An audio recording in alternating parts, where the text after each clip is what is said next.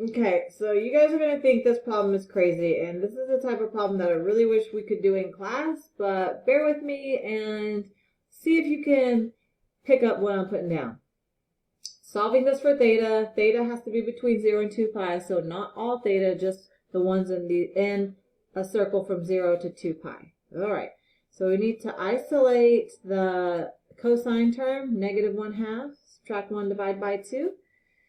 Okay, so -1/2, that'd be here and here, right?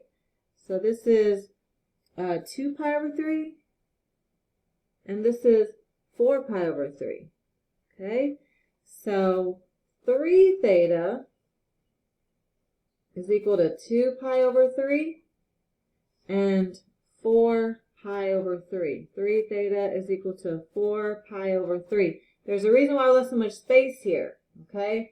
Reason is because we're going to need to divide this answer by 3 to get one of our answers, right? So I hope you're listening right now. Listen. I'll write it down just in case you just watch. You don't listen. You have to listen now, okay? You have this right here, and you're going to divide it by 3, essentially making this angle smaller by 3 times. But we want all the answers that will fit in 0 to 2 pi. And so if we're taking this and we're making it smaller by 3 times, then we can fit more answers into in one circle. Okay, I know that is hard to understand, but watch what happens when I take this and divide it by 3. Divide this by 3, that'll cancel. Divide this by 3. Okay, 2 pi over 3 divided by 3 is actually a smaller angle, 2 pi over 9. Okay, this angle is in the first quadrant. There's way more that's going to fit in 2 pi. So what you got to do is you got to take this answer and add 2 pi to it. Okay, so not only does the cosine of 3 theta equal -1/2 when 3 theta is equal to 2 pi over 3, but if you add 2 pi to that, also, what is 2 pi over 3 plus 2 pi? Let me do some side work down here. 2 pi over 3 plus 2 pi. Well, common denominator, that'd be 6 pi over 3, and so that'd be 8 pi over 3. Okay, so if I add 2 pi, I'm going to get 8 pi over 3. Okay, now if I divide this by 3, then theta would be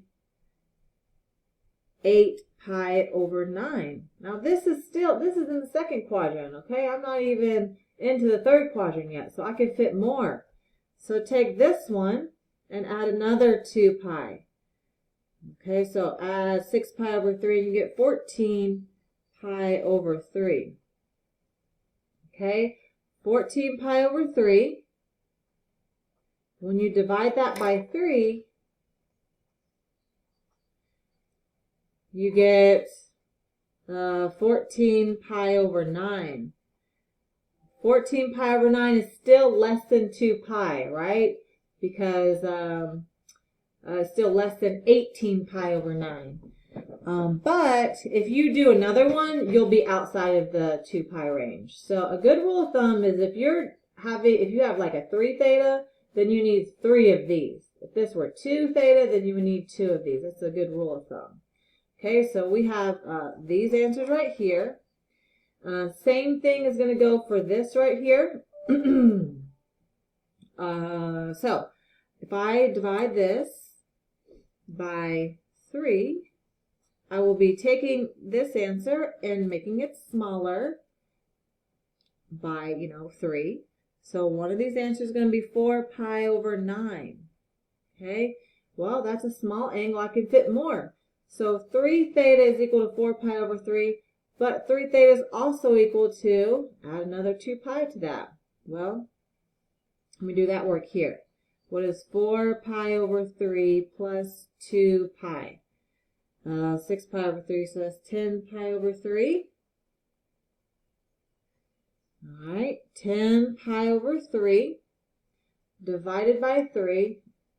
I should use the same notation. Bar here, other symbol here. It's not consistent, my bad. This is going to give us 10 pi over 9.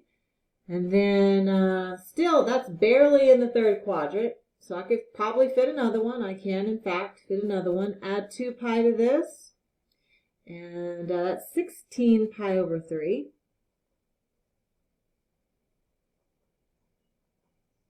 Divide that one by 3 and get 16 pi over 9.